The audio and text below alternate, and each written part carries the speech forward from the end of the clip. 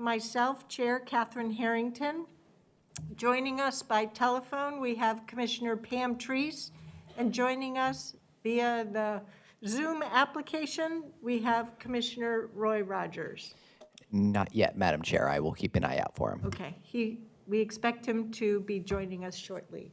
But first, our CAO here in her third week is Ms. Tanya Angie.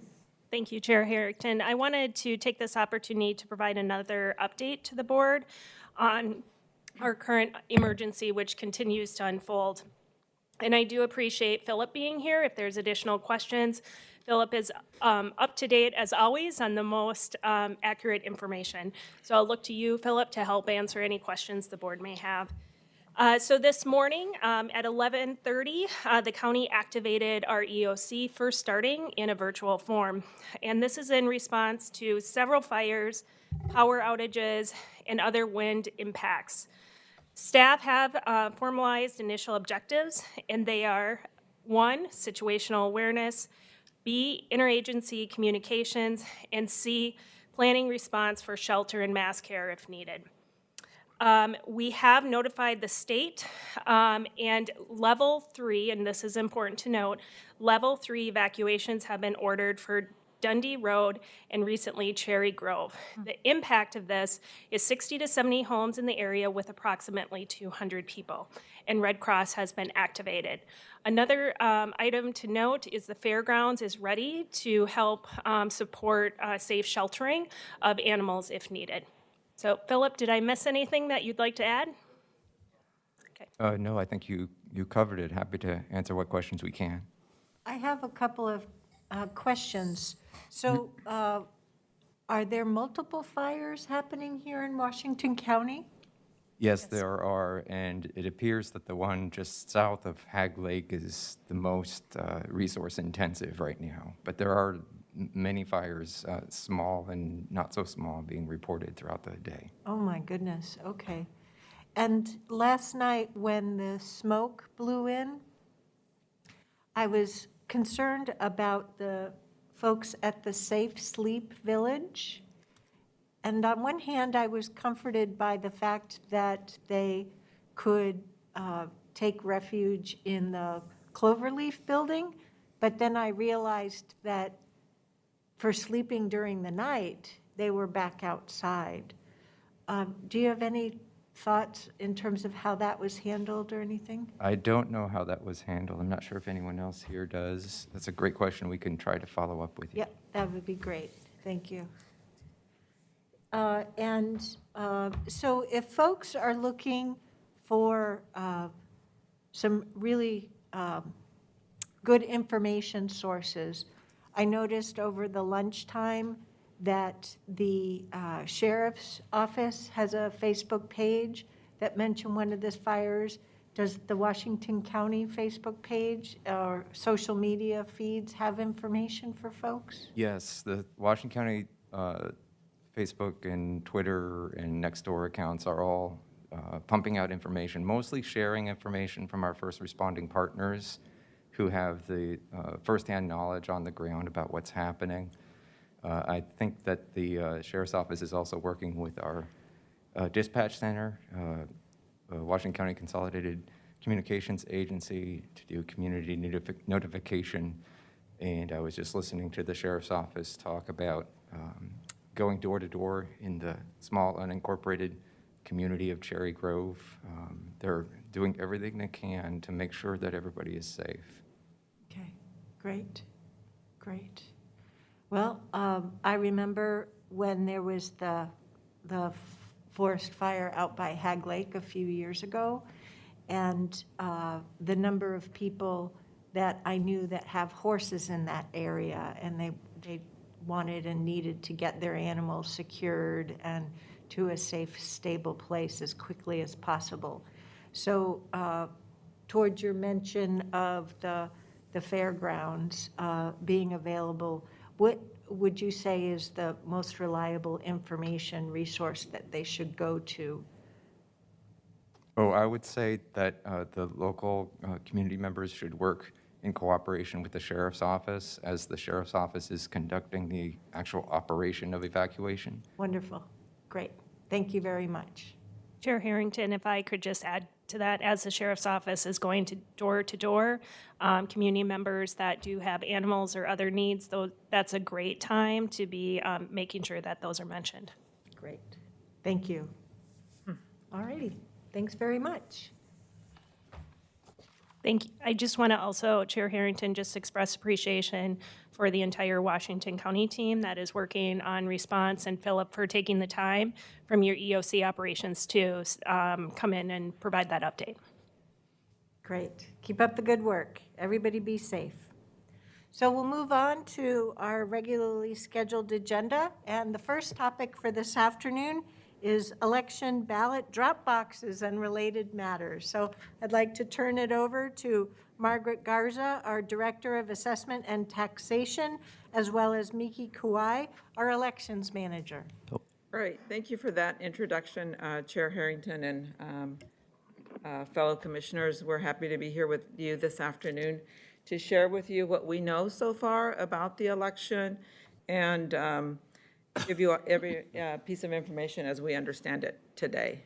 And so I also want to let you know that Kyle Wagner, who's a supervisor out at elections, is also here with us today in case I forget something.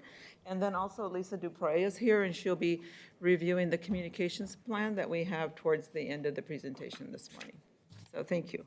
So one of the things I wanted you to note, they have our PowerPoint up, and so of course this is the 2020 general election, and I wanted to point out on this particular page that we have a shortened version that people can get to if they want to go and find out anything about election, and it's Washington County Votes, washcovotes.org, rather than having to go through www, on and on and on.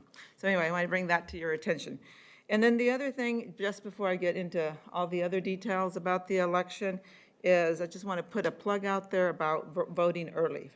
So if people are listening, please try to get the vote in early. Lisa will hit on this later, but you know, once you get your vote in, it's kind of out of the way. You don't have to think about it. If you wanted to, you could call the office and figure out where that ballot really is. And then furthermore, as it goes down the road, you don't need to worry about standing in line or where's that drop box at the last minute. So my pitch to vote early. Okay, so next slide, please.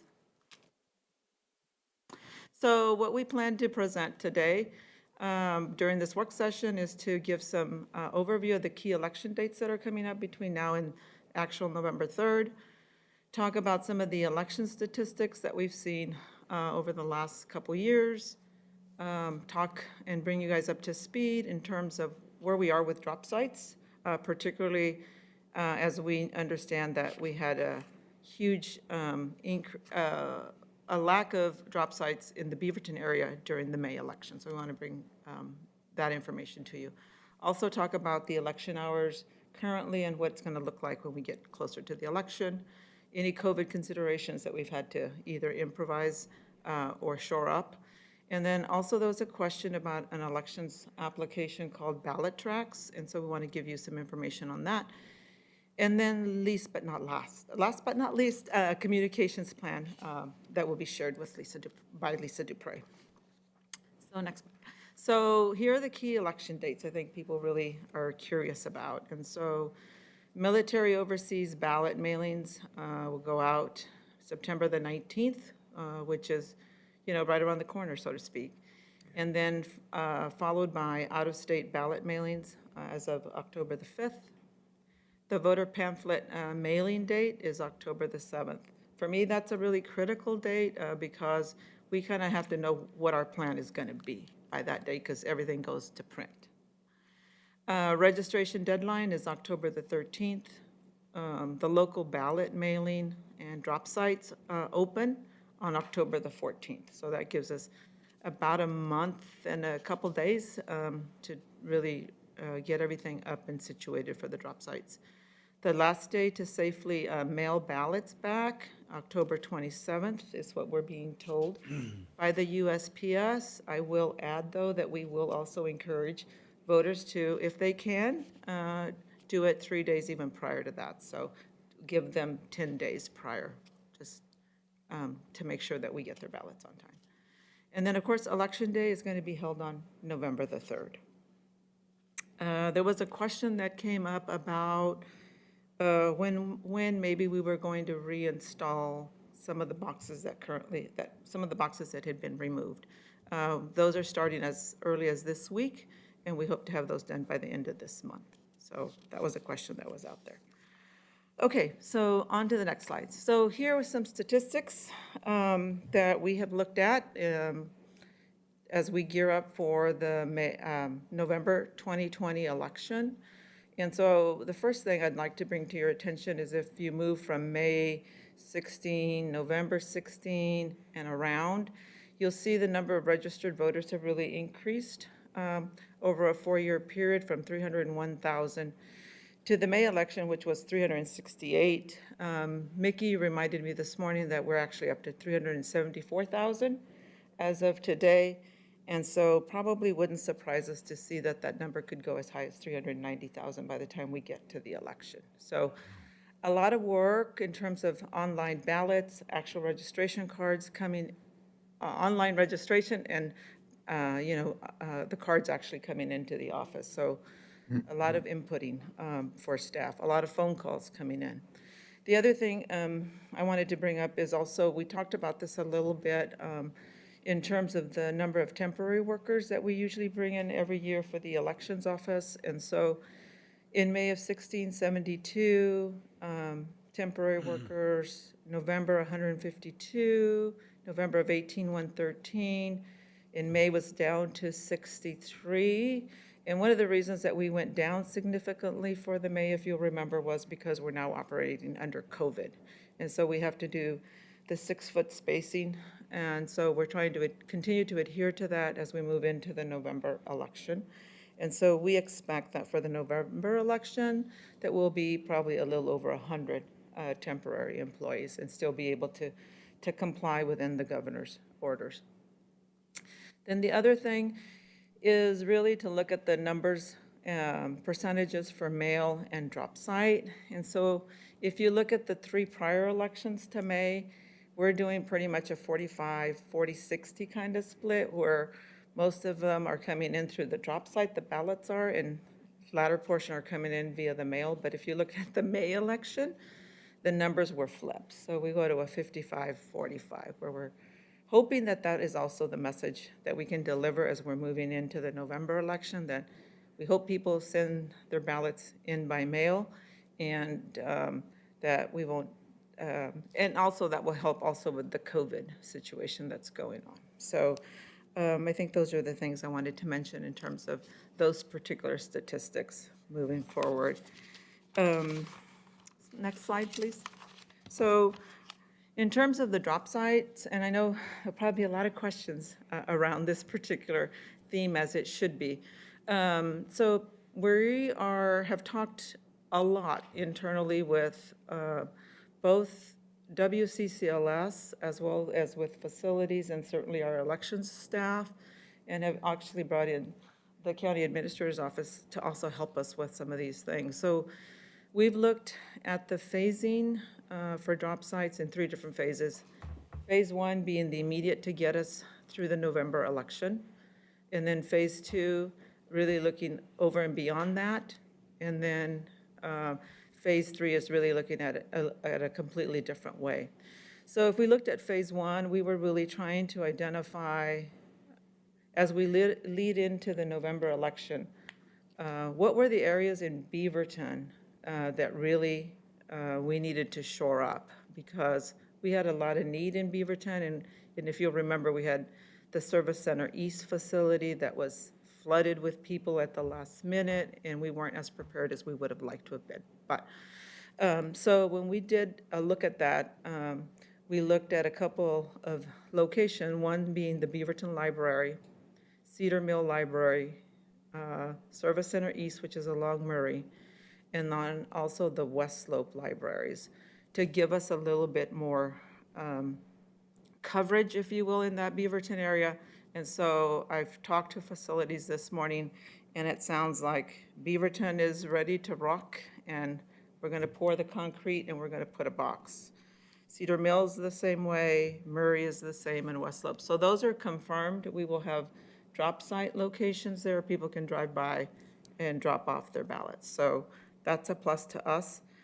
In addition to that, not specifically in the Beaverton area, the Wingspan, of course, will have a drop site there on the west side, as will the elections office will have a drop site on the outside in the parking lot. As we talk about phase two, really it's about really looking closely at some of the libraries perhaps that currently do not have outside drop sites, and what can we do if we can do anything for those libraries. And really looking at the usage and the access of those drop sites. And then really going forward is really doing a more intense, and I call it more of a holistic approach to the drop sites. We know the drop sites have been used for a number of years now. Population wasn't what it is today. And also, we know that, there are areas in our community that probably are underserved, and our drop boxes probably haven't been set up to take care of some of those needs that are in those areas. And so we really would like to take some time in conjunction with facilities and whoever else we deem necessary to be at the table to help us really do this holistic approach of really looking at drop boxes throughout the county. Certainly we'll include WCCLS and facilities to work with us on that. And of course, as we do all this, we have to keep in mind that moving boxes sometimes is difficult because people's behaviors are so well established and they're so used to going to a certain place to do certain things at different times. So these, and the other thing is to really look at, when we're talking about drop sites, the other things that those drop sites bring is it's the beauty of being able to drop off those ballots. But depending on where the location of those drop boxes are, it also creates some transportation issues because of where they might be situated in terms of an ingress and egress. And that's why really this whole holistic approach, I would also like to bring that element in.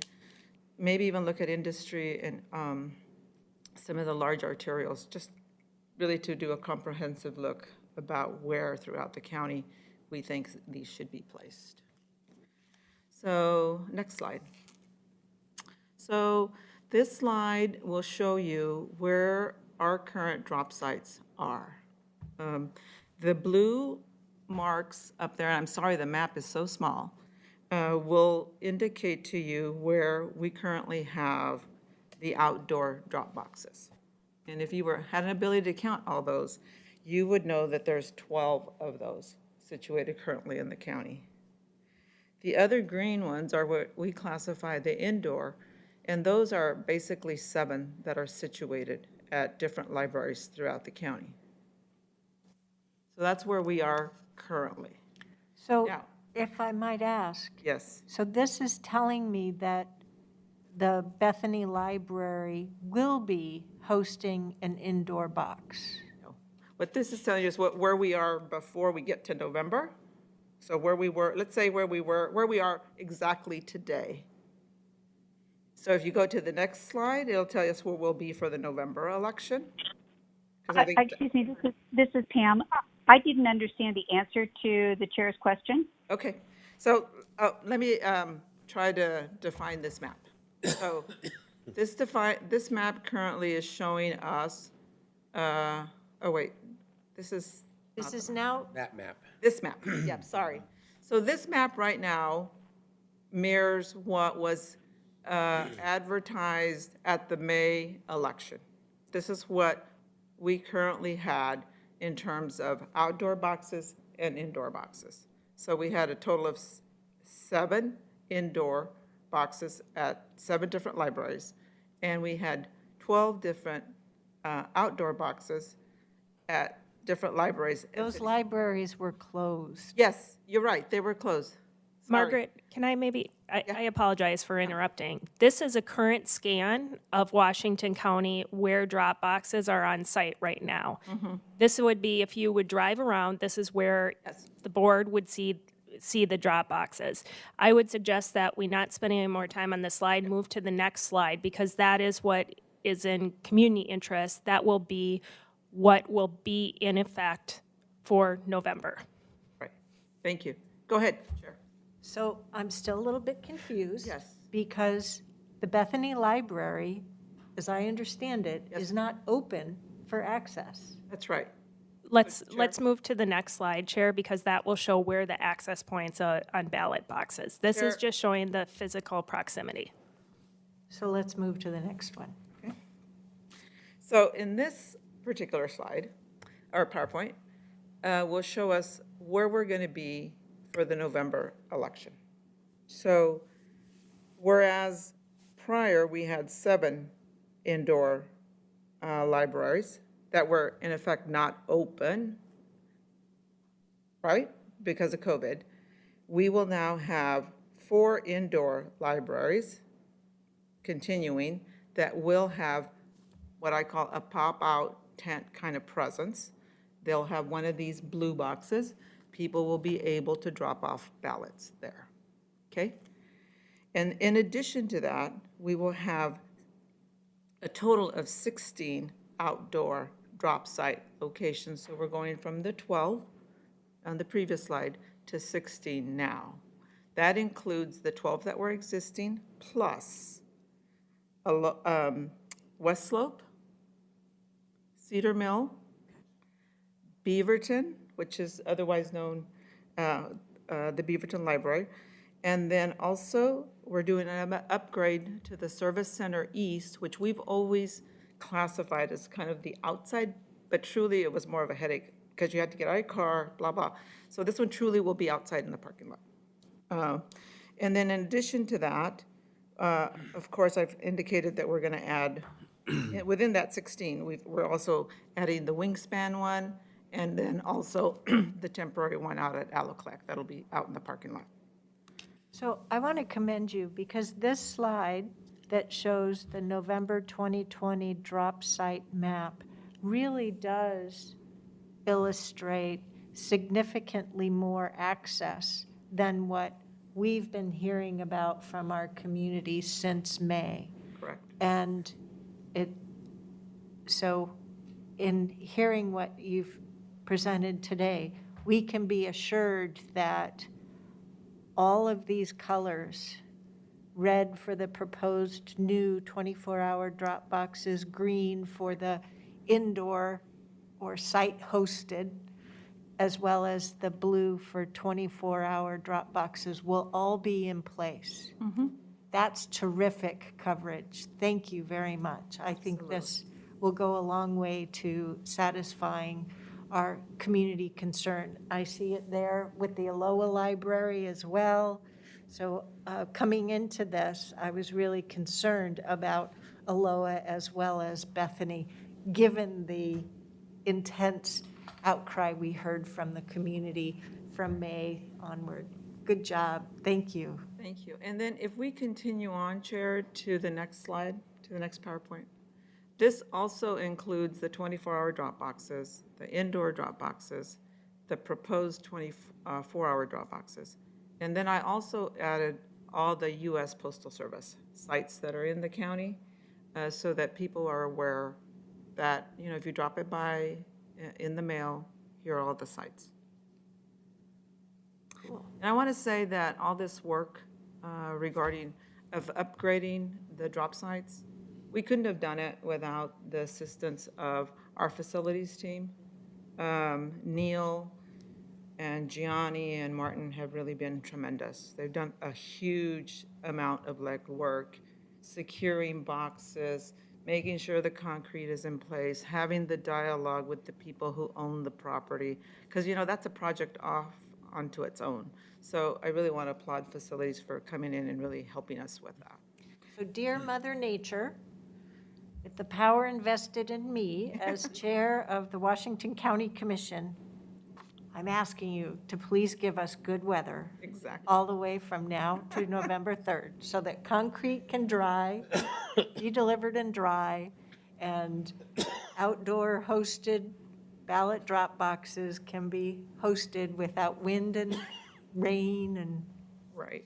other events. Exactly. We'll see how we do. All right, and then moving on then to the next slide. Here's the office hours. Typical office week, Monday through Friday, 8:30 to 5. As we get closer to the election, the Saturday before will be open from 9 to 1. On actual election day, we'll be open from 7 to 8 o'clock at night. And of course, our lobby is a beautiful big lobby, but again, we will limit it to 6 to 7 voters in the lobby just because of the COVID situation that's currently going on. And then the next one, slide or PowerPoint talks about, the physical distancing that we will continue to enforce as we bring in all the temporaries to work and help us process all the ballots. Here's a picture that we shared with the board when we came in May.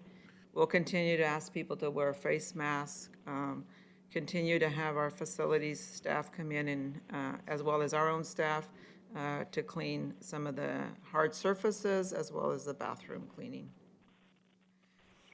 And then the next slide will show ballot tracks. There was a question about ballot tracks because there are other counties, specifically Multnomah County, who is using this elections application. So basically, this application gives a notification to the voter regarding the location and the status of their ballot. The voters basically have to sign up via Ballot Tracks, and they set their preferences and how they want these notifications sent to them. And then the elections shares data that is pushed out to Ballot Tracks for the voters. And then, of course, the voters will receive all the notifications via whatever they set up as their preferences. Very similar to what the state currently has now, My Vote portal. The one difference, of course, is that voters actually have to inquire on their ballots. So it's something where you actually physically have to go to the website, you have to look it up. This one, once you sign up, it's pushing data out to you. To be clear, this is not in place now, nor will it be for this November election. Correct. So I've put down, I've itemized some costs there. So when I did the quick numbers for like the May election and the prior election, the costs are going to be somewhere between 50 to 60,000 on a year where we're going to have high level election in terms of voters, and could be half of that in the smaller election years. Commissioner Treese, do you have a question? I'm sorry. Yes, I do. I'm off mute. I apologize. But I can wait until the end because it goes back to the Dropbox. I'll mute myself again. So the only other comment I wanted to make about Ballot Tracks was that we have internally reviewed that in prior years, prior to me being the director. At that time, the decision was made not to move forward with it because really the costs, the 11 cents per participating voter was different at that time, and it was 11 cents per notification. And so the costs were really, really prohibitive. But I think now that the costs have been realigned a little bit, it's time for us to really take another look at it. I would like time to take after the November election to really review those costs, review the security with ITS, and then try to figure out when would actually be a great implementation time for the county to move forward with this. Okay, so for the November election, this tells me that we're going to need to put our efforts into promoting the My Vote portal. So as part of a follow-up to this, we'll need to make sure that all of the commissioners have that communication message to push out in addition to our Washington County communications team. Commissioner Treese, I think you had a question. I did. Thank you, Margaret. Thank you for your presentation. Also, going back to the last slide about the proposed drop box sites. I noticed, I believe that there's one at the commission office. Is that correct? There's not one at the commission's office. I think the box that you're thinking about is actually a box that resides within the lobby of assessment and taxation, and we've always referred to that as a non-official box. Okay. Will that be accessible? It's acceptable to drop off the ballot. Our staff will, of course, monitor it on a daily basis. I personally come down and clean up the box every day. I just remember during the primary, we had people coming with their ballots to put it into the box, but it was after 5 o'clock, so they couldn't come in, I believe. So then we referred them to the drop box outside of the sheriff's office. And yeah, that's what we did. Correct. I just wanted to make sure. Okay, thank you. Absolutely. All right. I have just a follow-up, because I'm still not entirely clear. On the indoor drop boxes, the 4 of them, they're contingent on those libraries being open? Are they? Yes. Those will be libraries that will have open hours? So we've talked with Lisa Tattersall, and she's coordinating with the directors at the libraries. And we spoke with her even as of this morning. Our understanding moving forward is that those 4 libraries will actually be open at a minimum 3 days prior to the election. If not, they're trying to move at least to the 20 days to basically have the same coverage that we have in all the other drop sites. And Yep. Well, they were going to probably have, thank you, special hours where they do book exchange, I think is what she called it.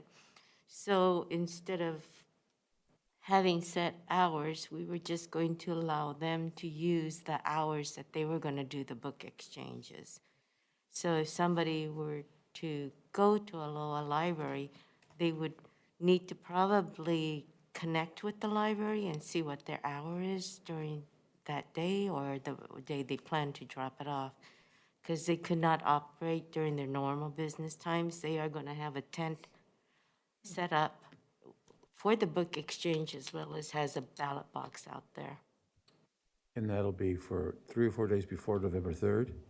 That's the part Lisa was unsure. She was going to connect back with them. She thought the 20-day window may be doable. But at the minimum, to be an official drop site, they need to be open from Friday, Through the normal Tuesday. business, through Tuesday, at least 8 hours, and close at 8 p.m. So, really what we need to do is have a consistent story. Not that the story is the same for every single site, but by October 14th, which is the day that the ballots drop in the mail, Right. we need to know what the situation is. Exactly. In addition, between now and then, constituents that are interested in having ballot drop box availability at their local community library, you need to talk to your local community library, not through commissioners, because we don't have power over the hour availability. Voters are familiar with, in past years, the inside ballot drop box was only available when the library was open. What we're struggling with is those hours of operation during this COVID time. And we need to continue to respect the hours that the libraries are open. But if you would, as constituents are listening to this or approaching commissioners, we need to ensure that they are speaking with their local library. so, Thank you, Catherine. Chair Harrington, if I may, we do have Lisa on from Zoom if you have specific questions related to libraries. Okay. Thank you. Chair, also I'd like to just add that Lisa Tattersall did also mention this morning in conversation with her that she would be putting up some information on the website that would then also be available at each of the libraries so that people would know what the hours were Yep. once So they got there. we commissioners by October 14th need all the messaging to deliver with regard to My Vote portal and ballot drop sites. Yes, I will coordinate that with Margaret and Lisa, and actually sent that email out as we were talking. Terrific, that's great. Right. So I think that might conclude our immediate portion unless there are some questions. And if there are no questions, I'd like to turn it over to Lisa Dupre to talk about the communications plan that we have, which is so critical in terms of getting to the voters. So Commissioner Treese and Commissioner Rogers, do you have any questions at this point, or can we proceed to the communications plan and then come back and see if that answers your questions? I have Please one proceed, question. and thank you. I have one question. Margaret, this may even predated your time. We used to have a drop box on the backside of the public service building. There was one that would go into a slot that now takes tax deposits, property taxes. And then we moved the box out in the back. I call it the back of the building. It's the west side. Refresh my memory. Why did we do that? Why did we remove it?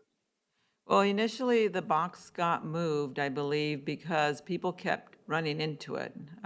Because of where it was situated out here, people would run into it. And then the second reason was that when we moved over to Adams, when they were doing the upgrade to the building, they needed to locate it somewhere else. And so they relocated that box over to the sheriff's office.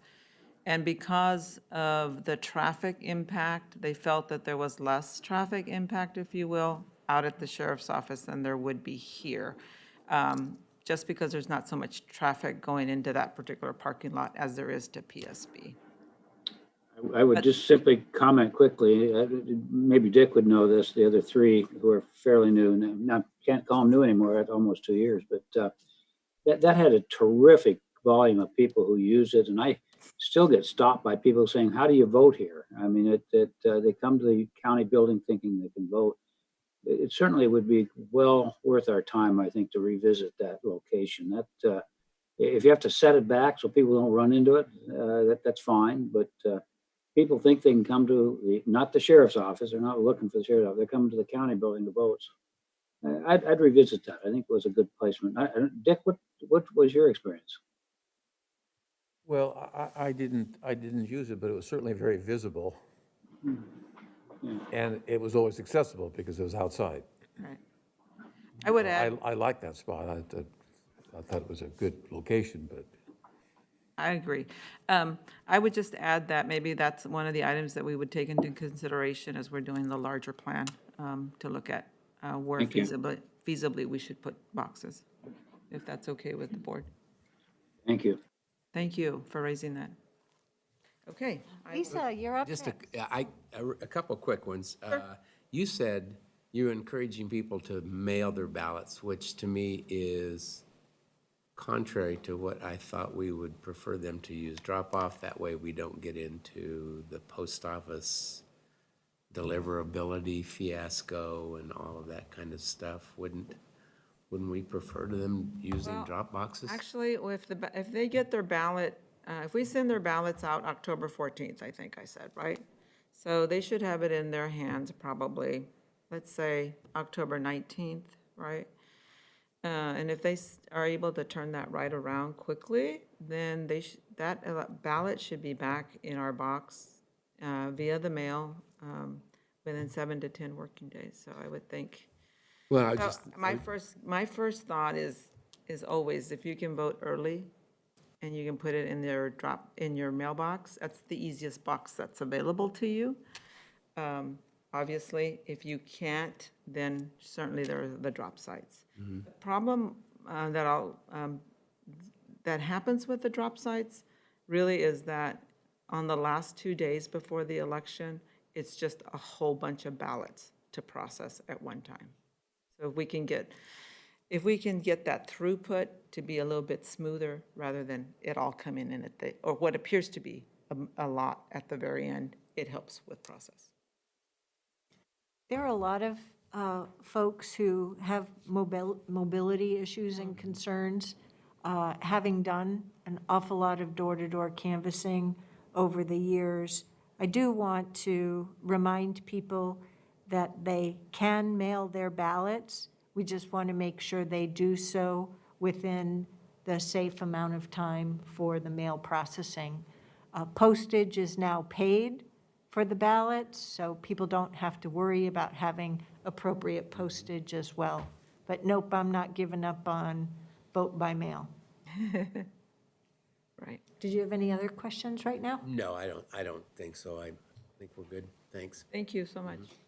Lisa? Lisa, you're up.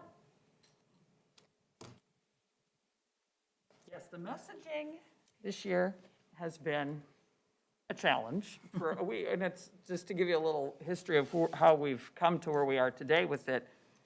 We had a week, and it was the week before all the news stories hit on that weekend about the Postal Service removing some boxes. And our plan at that point, we had graphics we designed that week, and it was, our slogan we were going to go in with was, the closest ballot box is your mailbox. We were going to go that way. We were all excited. We had beautiful graphics designed, and we were ready to go. And I watched the evolution of that weekend in the news, and people became concerned not only about a mailbox disappearing, but then where are our ballot boxes? And I just came back that week and next week, and I said, we have to start over. We cannot go that route. We need to go with whatever box you choose, just choose it early, vote early. And that's the direction we've ultimately taken. So we will move forward from October 1st up through October 13th, when it's the registration deadline of encouraging people to register. Yeah. And then once we hit the point where you're past the deadline of registering to vote and participating, then it's going to be the ballot's coming, watch, and we're going to, and the theory of doing a post in the morning when people are going to up looking at their social media, another one around lunchtime, another one in the evening, 3 different times we're going to drive home that point. Whatever you do, do it early. And when we've talked about how early to mail, we're going to go, Mickey's advice has been, let's do a window, October 24th to October 27th. Let's advise that. No later than the 27th. It certainly cannot hurt to get it in the mail by October 24th. So we're going to emphasize that. Once we go past that October 27th standpoint, then it will be about the ballot boxes and the locations. And I've interviewed the staff, the election staff once already, and we'll probably do it again. I said, tell me what you know about each of those ballot drop sites. You know, what's the quirks? You know, and some of them they can tell me, they can say, oh, that's a great one. Easy to get in, easy to get out. And they'll tell me another one, oh, this one, best to use it early. Don't wait till the last day, because that will, you know. So I'm envisioning us giving something on the website, a profile of each drop site and what to expect. If you wait till that last minute, is this one where you might have to wait in line? And that's why we're going to be pushing that point of whatever box you choose to use, just vote early. Mailbox, ballot box, whichever ballot box. One of the things I love about social media is the ability to react to what's happening at the moment. We can pivot in any way we need to. If it's a sunny day, a rainy day, I envision as we get to that point, that weekend before November 3rd, messaging something like, whatever your weekend plans are, have that ballot along with you.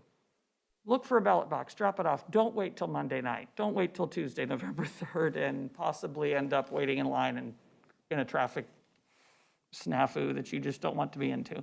So that's our messaging. We're going to be there frequently talking about, first off, registering by October 13th, and then after that point, pushing everybody towards the ballot drop sites. And then also at least one of those 3 messages a day, either entirely devoted to My Vote portal, and just one talks about My Vote portal entirely with a link back to the ballot site drop sites, or we'll mention My Vote portal in each one to make sure people have that reminder that there is some reassurance to use that My Vote portal to track your ballot as to where it's going to go. So. Any questions, commissioners? Commissioner Rogers and Commissioner Treese? No, thank you. Commissioner Rogers shook his head no. No, that's good. fine. It's great. Thank you for the presentation. And I think our last, if you go through the slides there, I've got the timeline, and at the end, you'll see some of the graphics we've already are working on. The final slide, there'll be some of our graphics that we'll be using social media of mailbox or Dropbox, whichever, because some people want to keep mailing it. Postage is paid now, and that overall helps. But whatever you do, do it early. Whichever makes you most comfortable. By all means, use it, but just vote early. Do not wait till that last 24 hours. Vote early, but don't vote often. Vote early. No, that's a federal early, vote vote early. once. All right. Any questions on anything else? So, Nope, okay. I think that's it. Thank you very much. Thank you for allowing us to be here. Good information to share with folks throughout our area, so thank you. Absolutely. So I'll stay put for the next one. Great. So we'll move on to the next agenda item. Appointment to the Board of Property Tax Appeals. Correct. So Chair Harrington and fellow board members, commissioners, at the table with me today is also Fred Ramstad, and she's the manager for cartography and records, and she actually oversees this particular board. As with other boards, it's our responsibility to, well, in this particular case, we come to you to recommend the appointment of the board, people that, individuals who have applied to the county to be on this board. As you know, Board of Property Tax Appeals is a board that is guided through the Oregon statute, and that was in the document that I sent. And their responsibilities are really to review the appeals as they're coming in after the tax statements have been sent to property tax owners. Their term is for 1 year. And also, the county has gone through its due process of letting people know that these positions were available and that people applied through that process. So we received a total of 5 applicants. We're recommending, of those 5, 4 are returning, so they're known individuals to the county and to our processes. 1 is a new individual by the name of Alan, and we're also recommending that he move forward. Any questions? Commissioner Rogers, None at all. Thank you. Commissioner Treese, No, thank you. Well, it looks like 2 expired, but you're only reappointing 1, and you had 5 applicants, so why is that? According to the matrix, the dates that are shown there are the dates when they first became appointed. They all, of the 4 that are coming back, they all expired as of 20, and they're coming back to serve through 21. No, I was talking about the 2 that had expiring terms not seeking reappointment at the bottom, Steve and Jean. Oh, why they're not choosing to return? No, 2 I'm of sorry. them, 2 of them are not seeking reappointment, but we're only reappointing 1. So that would seem to me that we're 1 short. Am I missing something there? no, we need a minimum of 5. I know we 2 had 6, and We now, had 6. but we're only reappointing 1 when we had 5 applicants. No. There's 4 who are seeking reappointment Oh, I see. and 1 new Okay. one. Yeah, all right. It's a little misleading. Term expires on the 2 that are not seeking Yes, reappointment. you're So correct. it would have been better if those were blank. So do we answer your question okay, Commissioner Willie? Yeah. Okay. Commissioner Scouten? I'm good, thank you. So my question is it really efficient for us to have terms that last only 1 year? It creates a little bit more of work, right, to have to do it every year. It would be great if we could do it every 2 to 3 years, but by statute, we have to do it every year. Oh, so ORS defines it? Okay, okay. Is that correct, Fred? I believe it's the statute that says, yeah, statute says 1 year. Okay, Thank you. all righty. This seems just fine, this roster. I know that they meet for a concentrated time period, Yep. and I hope that that is in the description that's on the county website. Yep. And I know also there's, once these people are identified and they come onto the board, there's training that they have to go through. It's put on by the state, and we've hosted those trainings here, and so, and Fred usually is, and staff, I think Angie's here.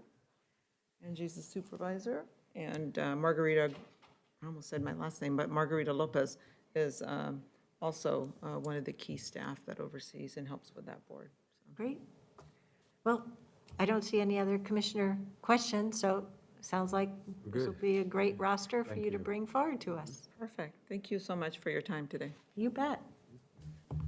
Okay, commissioners, that brings us to the end of the posted agenda. Do we have any updates from our CAO? We do. In response to a question that was answered earlier today regarding the Safe Sleep Village, I did receive some updated information I wanted to share with you. Last evening, things were escalating quite rapidly with the weather. So village staff proactively worked with the guests to lower canopies over tents and secure the premises given the anticipated wind. Following the arrival of the high winds, power was lost from about 5:30 to 9 p.m. The fence along the driveway fell over. They're working to fix the fence today, and at least 2 canopies, unfortunately, covering the tents were damaged. They're continuing to do the assessment today. Those will need to be replaced along with other damaged property. Fortunately, though, there were no injuries reported, and many of the guests actually ended up sleeping inside Cloverleaf Building as a result of the wind and smoke-filled air. So that practice will continue to ensure the guests at Safe Sleep Village do remain safe during this weather. So just wanted to provide that update to you. Good. I'm glad they were looking out for what the people needed. So that's great. Thank you. Any other questions or comments, commissioners? No. Commissioner Rogers or Commissioner Treese? Oh, that's fine, No, thank you. Thank you. Okay. Thank you very much. I'm sorry I wasn't available for Zoom, but still no power. Well, you hang in there. Thanks for joining us by phone. Thank you. Okay. Thank you, everybody. Bye. Okay, and with that, our work session is adjourned. Good work, everybody.